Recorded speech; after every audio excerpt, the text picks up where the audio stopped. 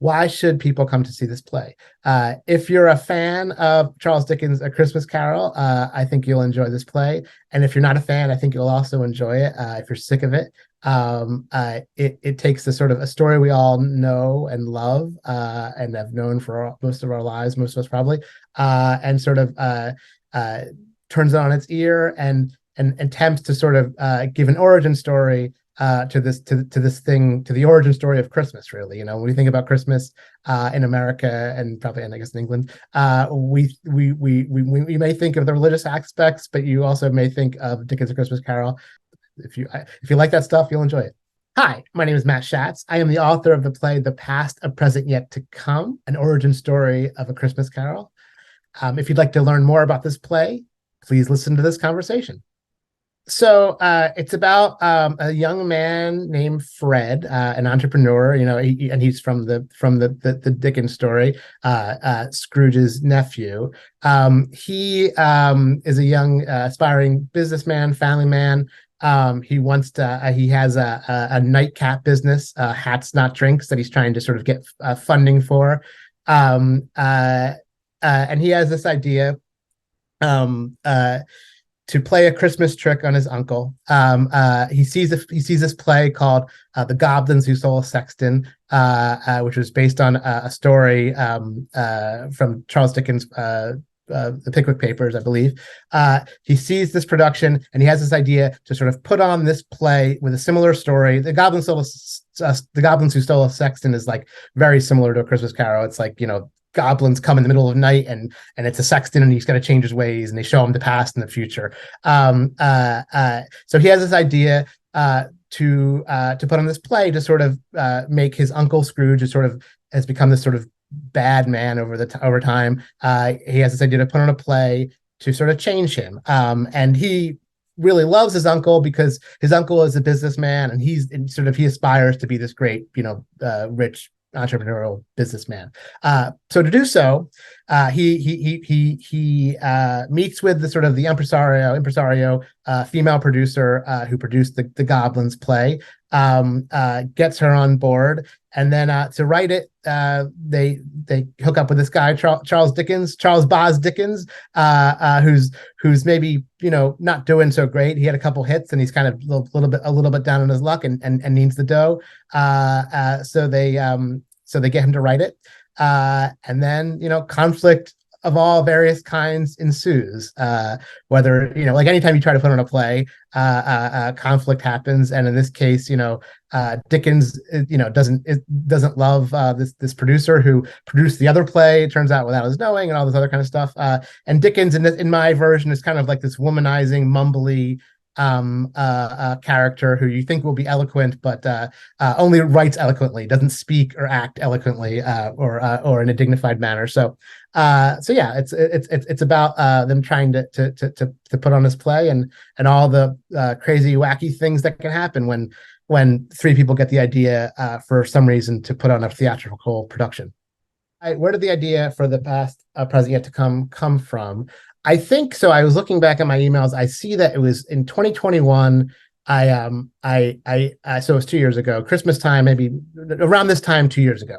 I was taking a walk with my baby. Now I have two, but first baby. And I saw, I think, ads. I think it was for the maybe CTG's A Christmas Carol with Bradley Whitford. And I started thinking about it, and I started thinking about how I really like A Christmas Carol. I've always liked it, and I've seen many iterations, and I've read it, and I've seen, I've seen the Muppets, and I remember I grew up with the Disney one where Mickey plays, Bob Cratchit. And I've always liked it, but to me, there's always something that like I didn't buy about it, and I think the thing that I didn't buy about it is the magic of it. And I think that I have a hard time believing in magic, whether it be a story on stage. It just never really resonates with me. The kind of magic that I believe in, and I think is real, is the magic of art and the magic of the theater. So I had this idea that, what if the whole thing that Scrooge experiences was a play being put on for his benefit that he was unaware of.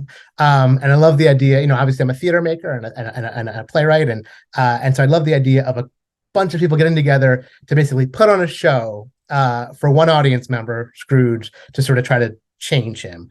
So that was how it started.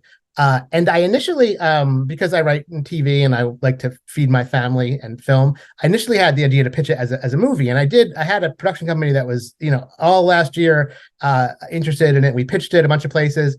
And it got some good, nice responses. And I wrote a big pitch and everything for it.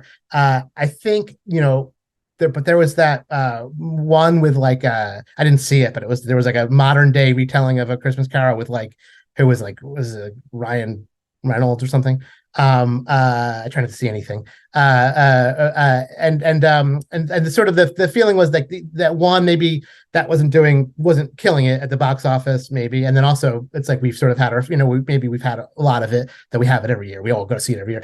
So I was like, well, instead of me pitching it, and I had, a pretty big company attached and everything, and maybe a possibly exciting actor to play Charles Dickens that was attached. But I said, let me write it as a play, to sort of as a proof of concept, almost.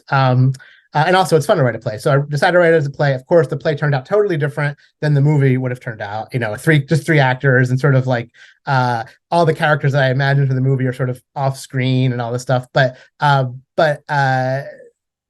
that was how that began. And of course, like I said before, I love theater is my true love. So sort of imagining as a play first, and maybe it's the way it was meant to be. Maybe at some point in the future I'll try to make it into a movie or something.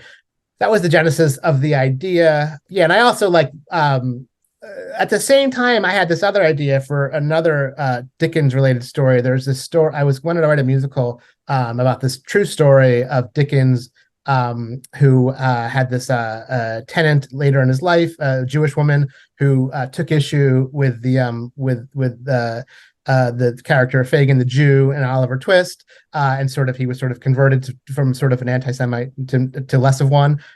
So there was this. I wanted to write sort of they write these letters. I wanted to write sort of an epistolary musical song cycle or something, because I'm a composer as well. I write musicals. So I didn't do that, and I sort of incorporated that theme also into this play. So it was sort of like two Dickens things in one.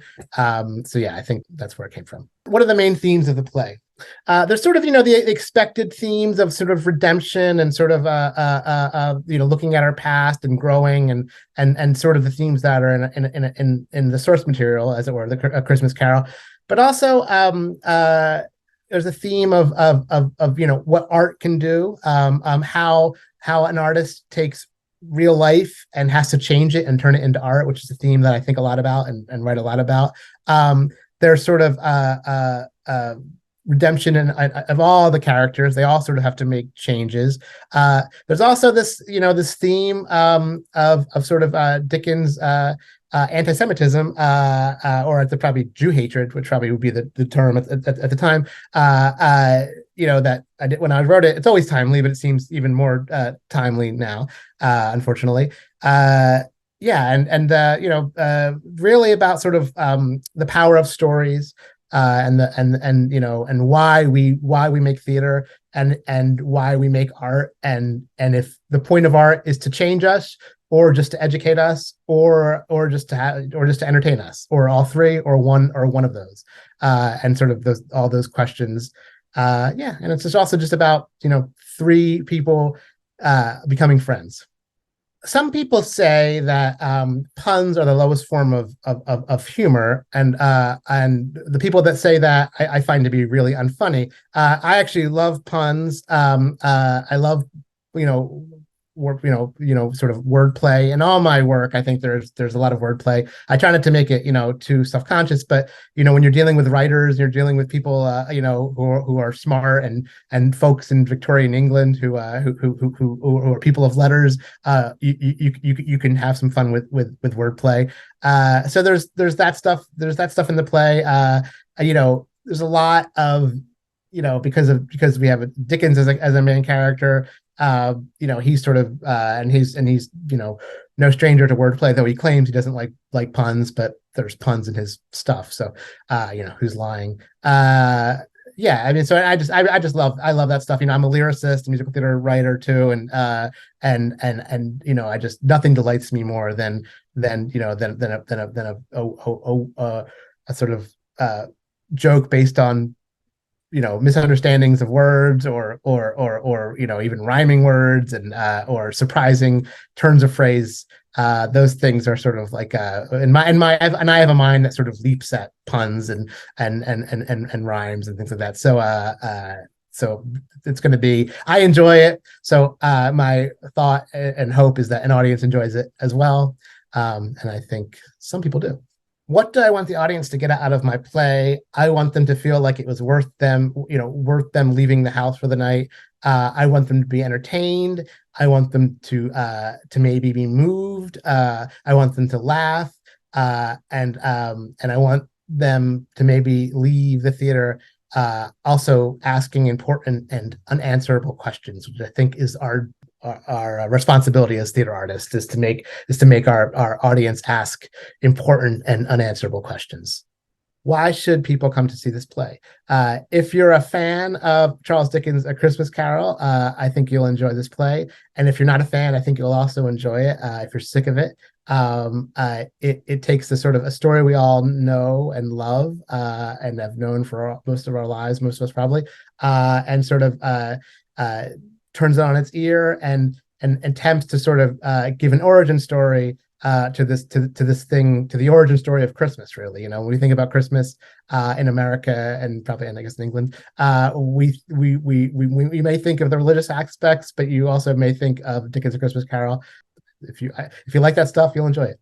I think if you're sort of thinking about sort of what this play is, I sometimes think it's like, if you're familiar with Tom Stoppard's or the movie Shakespeare in Love, what Shakespeare in Love sort of does for Shakespeare, I'm sort of attempting to do for Dickens in this play. So that's if that's a way to think about the show, maybe that's helpful. Hi, my name is Matt Schatz. I am the author of the play The Past, A Present Yet to Come, and I hope you'll come see this new take on A Christmas Carol.